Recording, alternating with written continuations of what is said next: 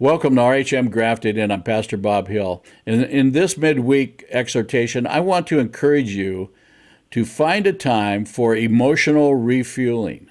Now, I'm not talking about spiritual refueling. I'm going to make an assumption right now that most of you are doing all right spiritually. You're pressing into the Lord. You're doing it. You're attending fellowship. You're hanging out with friends of precious faith. You're doing those kinds of things. So spiritually, you're doing all right. But you need some emotional refueling. You need to refuel emotionally and physically. You're drained, you're tired, you're wore out. You've been dealing with a lot of stuff, a lot of family things. In Proverbs 4:23, it says, "Above all else, guard your heart, for it is the wellspring of life." Friends, we have to guard our emotions also. We have to refuel ourselves. It is important to watch your spiritual fuel gauge and keep it topped off. But you also have to watch your emotional fuel gauge as well. It is possible to be spiritually replenished, but feel emotionally depleted. Let me explain what I mean. Chris and I have our daily devotions, prayer time, and enter as fully as we can into worship while enjoying the fellowship of those of like precious faith. We consistently keep our spiritual tank topped off the best we can. Yet occasionally we have been emotionally depleted. Why? Doctor expenses, a tooth requiring a crown, car repairs, extended family issues. We currently have 4 immediate family members suffering huge medical challenges. There's cancer, there's cirrhosis of the liver, and a marriage breakup, just to name a few, all within the last 60 days. Within the fellowship that we oversee as pastors, there's been surgeries, there's been deaths, there's been emergency calls. We have driven people to doctor's appointments and other appointments and eyeglass appointments. There's been minor and major events that have taken place in the lives of people within the fellowship. Any one or all of these combined can drain you emotionally. Even cheery events such as holidays can leave you emotionally depleted. Every now and then, everyone experiences several challenges at once, like the sink backs up and there's no plumber to fix it. The car won't start. You got family members that are sick. You've got errands that you have to run and help people with. The TV quits working, personal sickness, and you have no sick leave.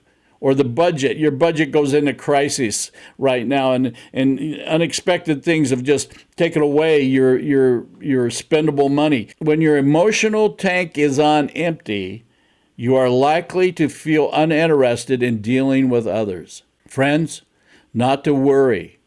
Wisdom himself, Jesus, gave us an example of refueling emotionally. Friends, you sometimes have to just put the multitude of voices, the noise, and the hassles on hold. You just have to push the hold button. Let's look at Matthew 14:23 through 25. "And when he had sent the multitudes away, he went up on the mountain by himself to pray. Now when evening came, he was alone there, but the boat was now in the middle of the sea." Can you hear that? He sent everyone away. He told the disciples, "Cross over to the other side, I'll catch up with you." And he went to be by himself. He put all the voices, all the multitudes, all the hassles on hold.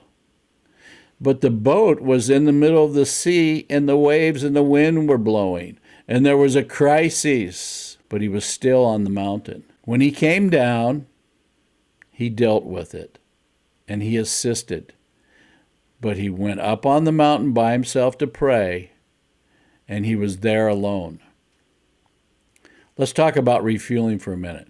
Now take a few minutes and list what challenges or stresses have affected your emotional reserves this month. Now make a plan to refuel and go to your mountain place, whether that be walking, hiking, biking, barbecue, big gathering, camping, mountains, ocean, Columbia River Scenic Gorge Drive, spend a weekend at a bed and breakfast, Be creative, my friends. Be creative. It doesn't take a lot of money to guard and refresh your emotions. Be sure to stand guard over your weekly Sabbath reboots. Of all things, make sure you stand guard over your weekly Sabbath reboots. You may not be able to get out of town. You may not be able to get away, but you can be creative and make sure that you guard your weekly Sabbath times. They are essential to keeping your emotional strength up. You know, you can work 6 days a week, 8 or 10 hours, and have one day to rest. But if you work 7 days a week, 8 to 10 hours, you will burn out and wear out. No one can do that for any sustainable period of time without being impacted. Friends, we have to take the weekly reboots. We have to enjoy our Sabbath reboots. They are part of our emotional refreshing. Now, when it comes to Sabbath reboots and refreshing on the weekend, they're essential to keeping your emotional strength up. But here is my personal advice. Don't rest or play so hard that you need to go back to work to get a break from resting. You know what I'm talking about here. I've seen people go and they're just going to play. They haven't done something for so long. They play at it so hard that, man, they go back to work. They can barely walk on Monday morning when they go back to work. They're sore. They're stiff. Friends, don't play so hard that you need to you got to go back to work to get a break and rest. Now, let's try these Sabbath protocols for refueling. Emotional replenishing. Let's talk about that Sabbath reboot. Besides the noble art of getting things done, there is the noble art of leaving things undone. Friends, that's a tough one for Americans. The noble art of leaving things undone. It seems like we just have to get it all done. We've got to have it just right. Listed below are 10 core principles for helping you secure a Sabbath reboot. I'm talking about Sabbath reboot because we have that every week to look forward to. And it can help us stay emotionally replenished if we take a reboot. Now, while these 10 are open for individual interpretation, I want to encourage you to consider them as you chisel out a weekly Sabbath reboot. And I use this word chisel because the two scriptures that talk about Sabbath in Exodus 28 through 9, it says remember, and Deuteronomy 5, 12 through 14 says it talks about guarding the Sabbath. So we're to chisel out a weekly reboot by remembering and marking it and planning for it and guarding it so that things don't take away from it.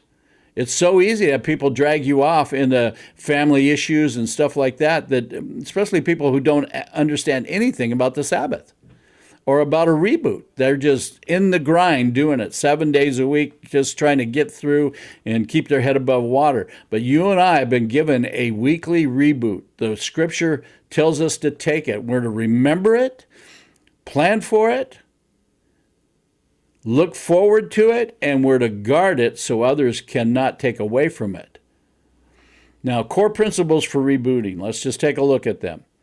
These are suggestions. Avoid technology. Turn the stuff off. Then connect with loved ones or friends and do some things. Eat, drink, and celebrate. Don't make it the time of fasting or the time that you're always watching calories. Let the Sabbath breathe. Let that day breathe. Let yourself breathe a little bit. Nurture your health.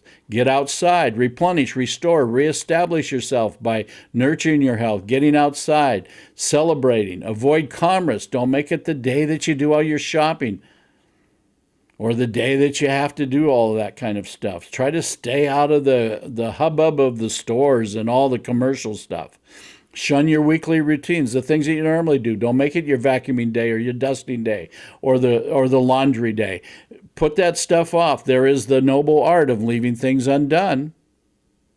Find some silence. Find time to hear your inner voice, to hear the Lord speaking to you.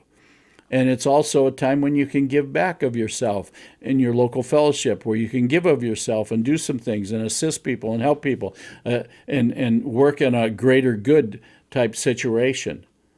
Well, friends, besides the noble art of getting things done, there is the noble art of leaving things undone.